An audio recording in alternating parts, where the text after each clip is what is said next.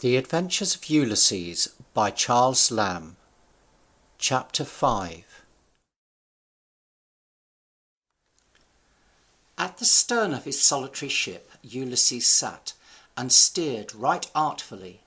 No sleep could seize his eyelids. He beheld the Pleiads, the Bear, which is by some called the Wain, that moves round about Orion, and keeps still above the ocean, and the slow-setting sign Bootes, which some name the Waggoner. 17 days he held his course, and on the 18th the coast of Phrygia was in sight. The figure of the land, as seen from the sea, was pretty and circular, and looked something like a shield. Neptune, returning from visiting his favourite Ethiopians from the mountains of the Solymi, descried Ulysses ploughing the waves, his domain. The sight of the man he so much hated, for Polyphemus' sake, his son, whose eye Ulysses had put out, set the god's heart on fire, and snatching into his hand his horrid sea sceptre, the trident of his power, he smote the air and the sea, and conjured up all his black storms, calling down night from the cope of heaven, and taking the earth into the sea, as it seemed, with clouds, through the darkness and indistinctness which prevailed, the billows rolling up before the fury of all the winds that contended together in their mighty sport. Then the knees of Ulysses bent with fear, and then all his spirit was spent, and he wished that he had been among the number of his countrymen who fell before Troy, and had their funerals celebrated by all the Greeks, rather than to perish thus, where no man could mourn him or know him. As he thought these melancholy thoughts, a huge wave took him and washed him overboard, ship and all upset amidst the billows, he struggling afar off, clinging to her stern broken off, which he yet held, her mast cracking in two with the fury of that gust of mixed winds that struck it, sails and sail-yards fell into the deep, and he himself was long drowned under water. Nor could he get his head above, wave so met with wave, as if they strove which should depress him most, and the gorgeous garments given him by Calypso clung about him, and hindered his swimming. Yet neither for this, nor for the overthrow of his ship, nor his own perilous condition, would he give up his drenched vessel,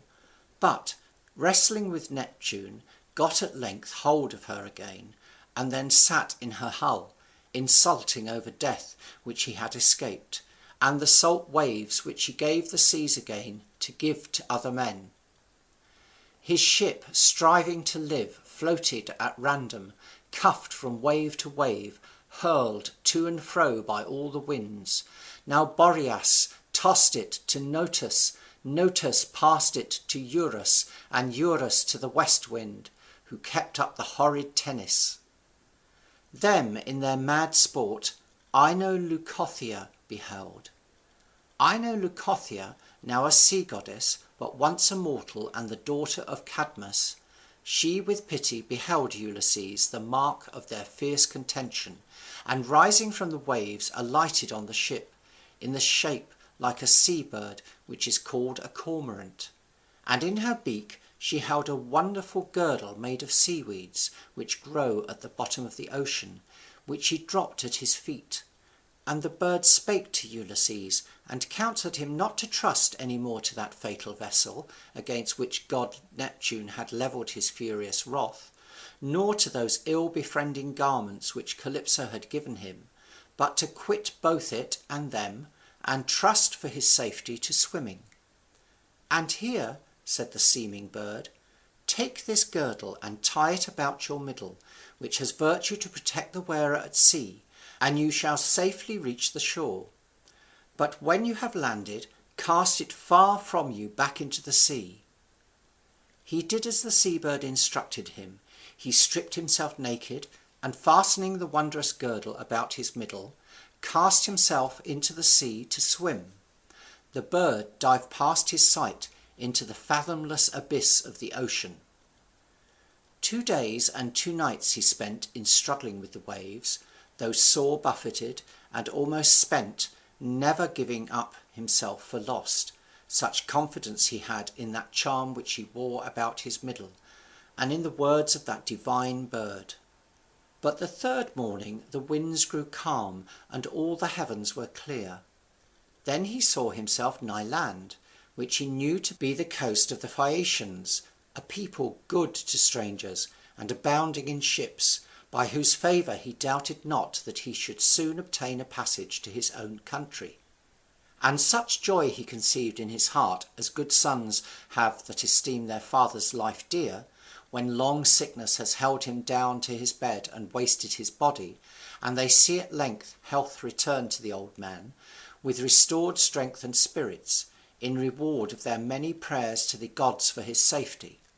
So precious was the prospect of home return to Ulysses, that he might restore health to his country, his better parent, that had long languished as full of distempers in his absence.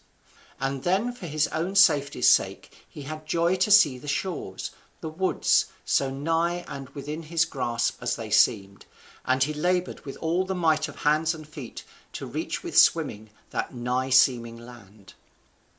But when he approached near, a horrid sound of a huge sea beating against rocks informed him that here was no place for landing, nor any harbour for man's resort.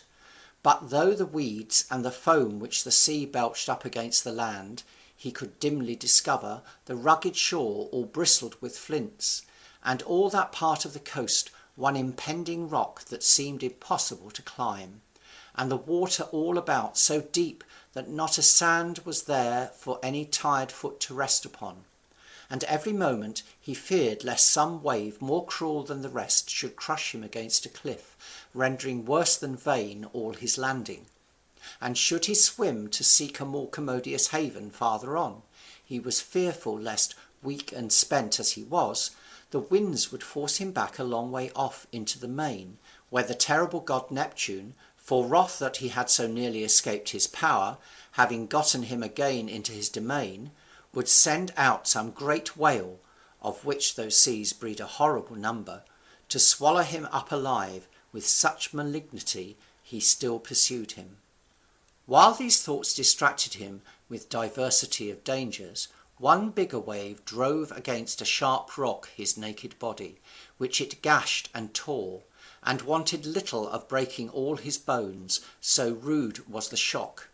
But in this extremity she prompted him that never failed him at need. Minerva, who is wisdom itself, put it into his thoughts no longer to keep swimming off and on, as one dallying with danger, but boldly to force the shore that threatened him, and to hug the rock that had torn him so rudely, which with both hands he clasped, wrestling with extremity, till the rage of that billow which had driven him upon it was past. But then again the rock drove back that wave so furiously that it reft him of his hold, sucking him with it in its return, and the sharp rock, his cruel friend, to which he clung for succour, rent the flesh so sore from his hands in parting that he fell off, and could sustain no longer. Quite under water he fell, and past the help of fate. There had the hapless Ulysses lost all portion that he had in this life, if Minerva had not prompted his wisdom in that peril to essay another course, and to explore some other shelter, ceasing to attempt that landing place. She guided his wearied and nigh exhausted limbs to the mouth of the fair river Calico, which not far from thence dispersed its watery tribute to the ocean. Here the shores were easy and accessible, and the rocks, which rather adorned than defended its banks, so smooth that they seemed polished of purpose to invite the landing of our sea wanderer, and to atone for the uncourteous treatment which those less hospitable cliffs had afforded him. And the god of the river, as if in pity, stayed his current, and smoothed his waters, to make his landing more easy. For sacred to the ever-living deities of the fresh waters, be they mountain, stream, river, or lake, is the cry of erring mortals that seek their aid, by reason that, being inland bred, They partake more of the gentle humanities of our nature than those marine deities whom Neptune trains up in tempests in the unpitying recesses of his salt abyss. So by the favour of the river's god Ulysses crept to land half drowned, both his knees faltering, his strong hands falling down through weakness from the excessive toils he had endured, his cheeks and nostrils flowing with froth of the sea brine, much of which he had swallowed in that conflict, voice and breath spent, down he sank as in death. Dead weary he was. It seemed that the sea had soaked through his heart, and the pains he felt in all his veins were little less than those which one feels that has endured the torture of the rack. But when his spirits came a little to themselves, and his recollection by degrees began to return, he rose up, and unloosing from his waist the girdle of charm which the divine bird had given him, and remembering the charge which he had received with it, he flung it far from him into the river. Back it swam with the course of the ebbing stream, till it reached the sea, where the fair hands of Ino Leucothea received it to keep it as a pledge of safety to any future shipwrecked mariner that, like Ulysses, should wander in those perilous waves. Then he kissed the humble earth in token of safety, and on he went by the side of that pleasant river, till he came where a thicker shade of rushes that grew on its banks seemed to point out the place where he might rest his sea-wearied limbs. And here a fresh perplexity divided his mind, whether he should pass the night, which was coming on, in that place, where, though he feared no other enemies, the damps and frosts of the chill sea air in that exposed situation might be death to him in his weak state, or whether he had better climb the next hill, and pierce the depth of some shady wood, in which he might find a warm and sheltered though insecure repose, subject to the approach of any wild beast that roamed that way. Best did this last course appear to him, though with some danger, as that which was more honourable and savoured more of strife and self-exertion than to perish without a struggle, the passive victim of cold and the elements.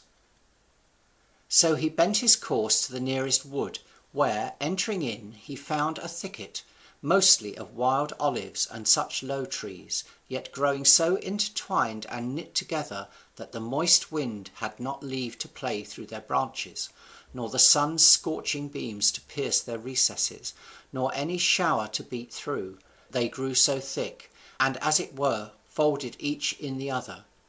Here, creeping in, he made his bed of the leaves which were beginning to fall, of which was such abundance that 2 or 3 men might have spread them ample coverings, such as might shield them from the winter's rage, though the air breathed steel and blew it as it would burst.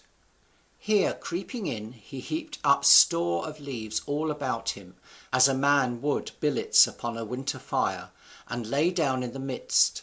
rich seeds of virtue lying hid in poor leaves. Here Minerva soon gave him sound sleep, and here all his long toils past seemed to be concluded and shut up within the little sphere of his refreshed and closed eyelids. End of chapter 5.